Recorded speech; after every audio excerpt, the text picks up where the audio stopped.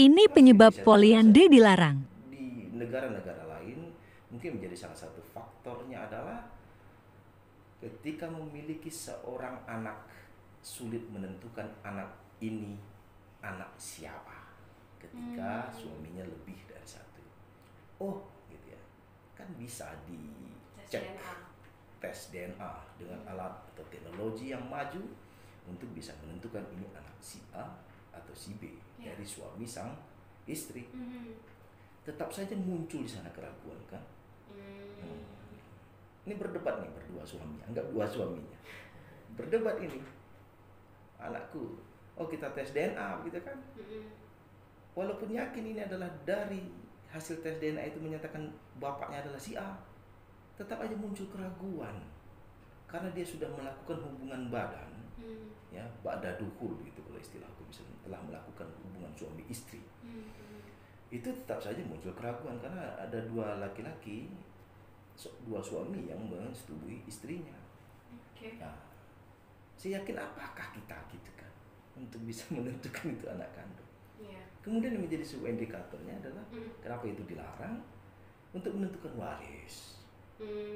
Cukup sulit ya ketika istrinya lebih dari lebih dari satu suaminya. Iya, jadi nanti warisan siapa yang berhak si anak untuk bisa mendapatkan peninggalan dari bapaknya.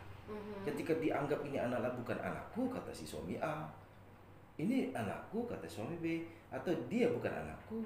Jadi ketika mati bapaknya, meninggal bapaknya, wafat bapaknya, warisan ini bingung menentukannya.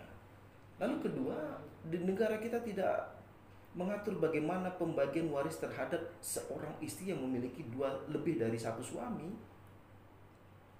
Oke. Gitu. Baik. Dia hanya mengatur seorang suami.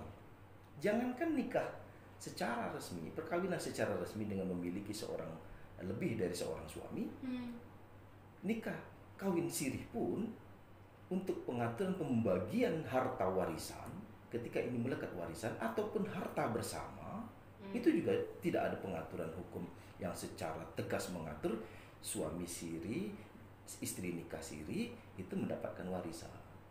Nah, begitu. Harus diajukan isbat nikah dulu untuk menyatakan perkawinannya sah. Gitu. Yang bisa diajukan oleh sang istri, yang bisa diajukan oleh sang suami, yang bisa diajukan anak atau turunan-turunan yang memiliki hubungan kekeluargaan yang sangat erat. Baru nanti pembagian hartanya jelas. Ya, apakah harta bersama, apakah mengenai warisan, atau terkait dengan hak asuh anak dan lain-lain. Ini yang menjadi sebuah dasar pemikiran. Kan ada kejadian beberapa bulan 5 waktu itu. Seorang perempuan bajunya dibakar, diusir dari kampung itu akibat dia poliandri. Dia memiliki hubungan yang baik-baik saja dengan suami pertamanya. Lalu dia nikah siri dengan seorang laki-laki, diusir di kampung itu, dibakar dan sampai dianiaya, kan viral di video.